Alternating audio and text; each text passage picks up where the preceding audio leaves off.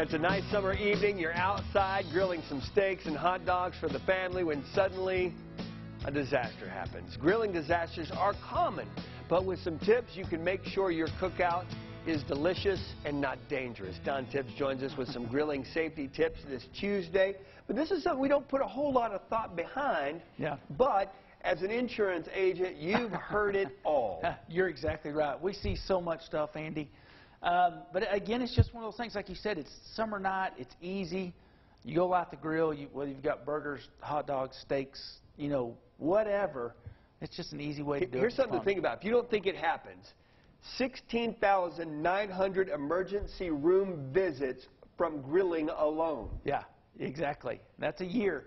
So, and I think $96 million in property damage. So not only you got physical issues, right? I mean, not being smart. Losing a finger in the grill, that's not good. Yeah, burns mainly. And, you know, Andy, just like always, a lot of those injuries are related to children, children under 5. Because they're outside playing, they're doing stuff, and they don't think about it being hot. They don't know. Right.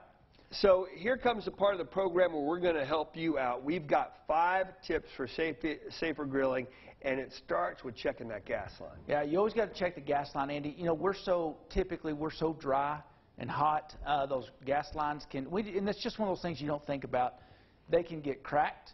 So you want to kind of rub them down with some soapy water. And if you see a bubble, then you got an issue. Right, and that's when your gas is on. So you want to make sure it's on, and make sure they're not kinked. You know, when it's not in, you're not shoving. If it's in with a propane tank, it's not shoved in there and kinked real hard, because that's the place it's going to happen. Number 2, and I've seen this as a real estate agent in my spare time, where a grill will be under a roof and it doesn't have any ventilation, and they're just going to town in there. Yeah, for sure. The placement of your grill is imperative. You know, make sure it is where it's got ventilation. We want it at least 5 feet away from any structure. Okay. You know, simply for flare-ups, that kind of thing. For again, the fires. It's important for me to state the obvious here. Don't grill in your home or your tent or your vehicle or camper. Don't do that. Right. Even, you know, Andy, it's funny because we'll get these stories, but there'll be people that are camping and they're like, well, it started raining or whatever, so we just thought we could do it in the car, or we just did it in the tent. And you're like, you don't want to say, are you serious? Like, you're kidding me, right? At that point, you're like, where's your sign? Where is it? Because I know it's got to be somewhere. Yeah, for sure. Because, and again, it is common sense. Like I said, pointing out the obvious. Obviously, in your car, tent, something like that, there's stuff around that it shouldn't be around the grill. Tip 3, rather, use combustibles cautiously. Yes.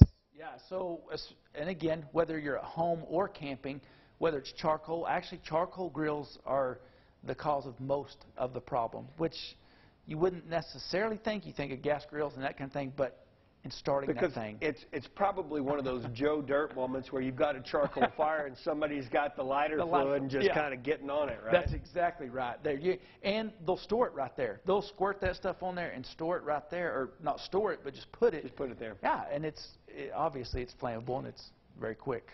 And don't use gasoline. Don't do that. Yeah. That goes in your car. Don't use gas. I think this is something that we should always do. Step 4, tip 4. Just keep it clean.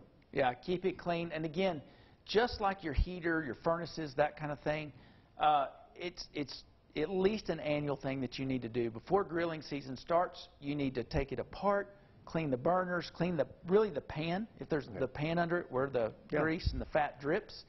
You got to make sure that stuff's clean, because that will start on fire in a heartbeat. All right, our final one, we can do this quick, create a safe zone, because we're talking about kids running around there. Just let them know, don't get close to the grill, right? Yeah, exactly. Just keep it is a safe zone, just like cooking in the house.